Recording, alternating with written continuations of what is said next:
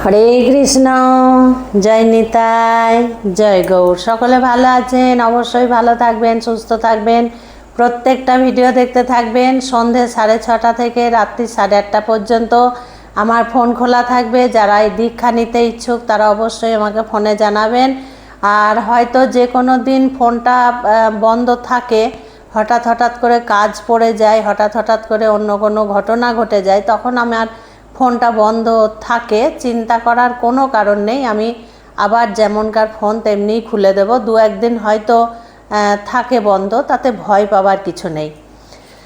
আজকের ভিডিও খুব সুন্দর ভিডিও, মায়েদেরকে শিক্ষণীয় কথা, সংসারে যাতে মঙ্গল হয়, সংসারে যাতে সুখ শান্তি ফিরে আসে। আমি কখনো ভিডিওতে বলবো না যে মালামাল হয়ে যাবেন, রাতারাতি টাকা আসবে, বৃষ্টির মতো টাকা পড়বে, বস্তা ভরে টাকা আসবে, তা কোনো দিনই কিন্তু সম্ভব নয়। সেটা আস্তে আস্তে আসে, আস্তে আস্তে হয়। কল্যাণ যখন হয়, সংসারে সুখ শান্তি যখন ফিরে আসে, তখন খুব ধীরে ধীরে। ভগবান যখন দেন তখন কিন্তু ওই বন্যার জলের মতো দেন না। ভগবান দেন আস্তে আস্তে, যেটা আমাদের থাকে, আমরা ধরে রাখতে পারি। কখনোই বর্ষার মতো টাকা আসবে, বস্তাবন্দি টাকা আসবে, টাকা গুনতে গুনতে ক্লান্ত হয়ে যাবেন, টাকা গোনার জন্য চাকর রাখতে হবে, এই ধরনের থাম্বনেলগুলো তো আমি দেখি ভিডিওতে, আমি নিজেও অবাক হয়ে যাই। কখনো এই ধরনের ফাঁদে পা দেবে না। ব্যাপারটা হচ্ছে, বাড়িতে বাড়িতে আমরা তো অনেক গাছ, অনেক লতা পাতা লাগাই, পাতাবাহার গাছ বা ফুলের গাছ বা ফলের গাছ। সেটা কিন্তু একটু জেনে শুনে লাগালে খুব ভালো হয়, জানেন তো। গাছও কিন্তু আশীর্বাদ প্রদান করে এবং গাছও কিন্তু অভিশাপ প্রদান করে।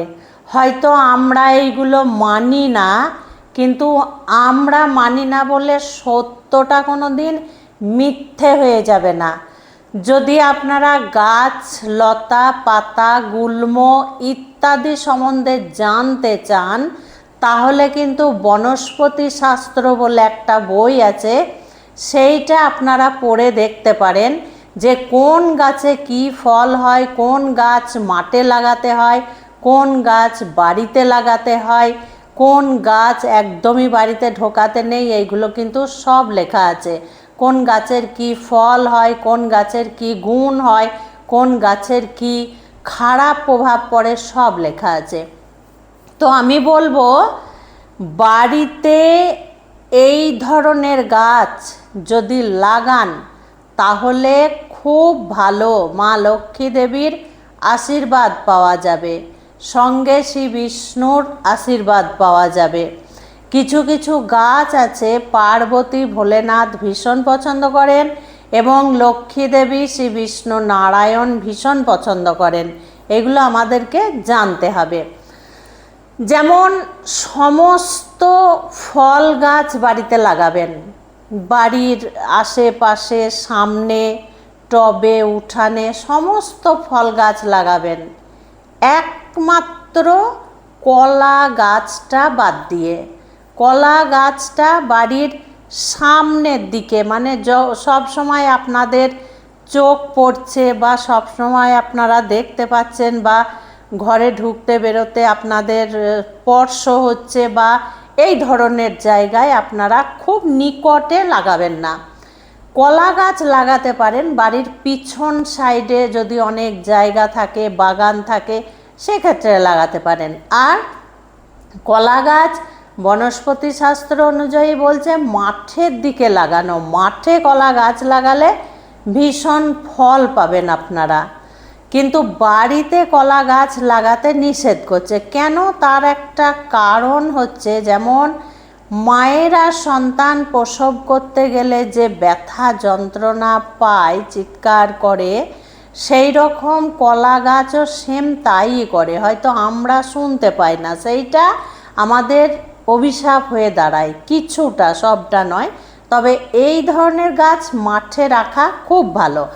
বাকি হয়তো অন্যান্য ভিডিওতে যদি বলে যে লেবু গাছ কাঁটা জাতীয় গাছ লাগাতে নেই, বা যে ধরনের ফল হয় যে গাছে হয়তো কাঁটা আছে, না, একদমই সত্য নয়।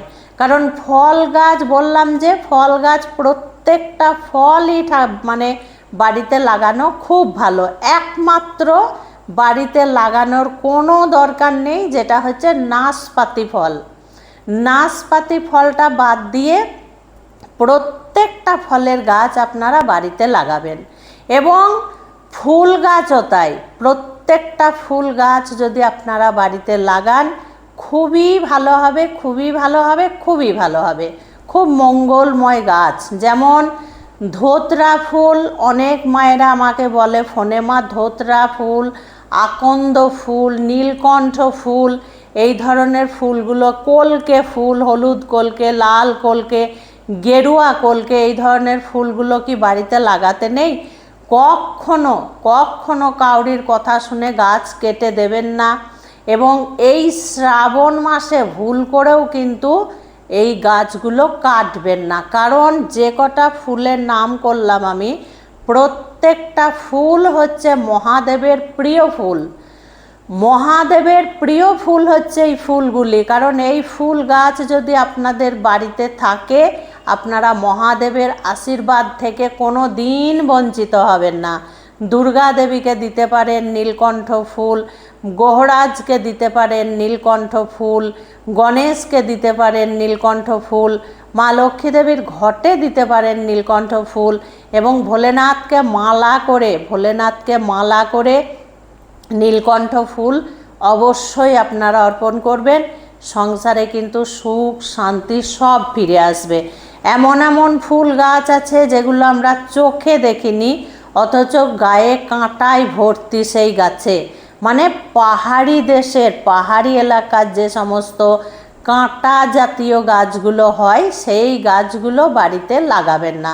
তাছাড়া বাকি সমস্ত আমাদের দেশের যে ফুলের গাছ, ফলের গাছ, যেমন মানি প্ল্যান্ট গাছ, যেমন লাকি বাম্বু গাছ, এই ধরনের গাছগুলো বাড়িতে লাগানো খুব শুভ, খুব ভালো। এইগুলো যদি বাড়িতে লাগানো হয়, মা লক্ষ্মী দেবীর কৃপা থেকেও আমরা বঞ্চিত হব না, মা লক্ষ্মী দেবীরও কৃপা পাওয়া যায়। আমিও কিন্তু অনেক গাছ ছাদে লাগিয়েছি, কিন্তু সব ফুল গাছ লাগিয়েছি।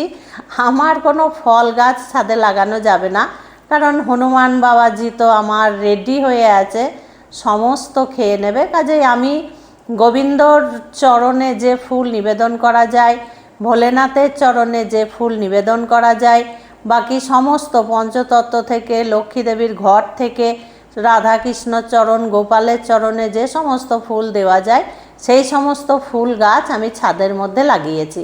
তো আপনারা যখন ধন্দে পড়বেন, যখন মনে হবে যে এটা কি ঠিক হচ্ছে, এটা কি, অবশ্যই আমি আছি, চিন্তা নেই, ভিডিও দেখে নেবেন। আমি সমস্ত ভিডিওতে এইভাবে সমস্ত কথা কিন্তু বলে দেব।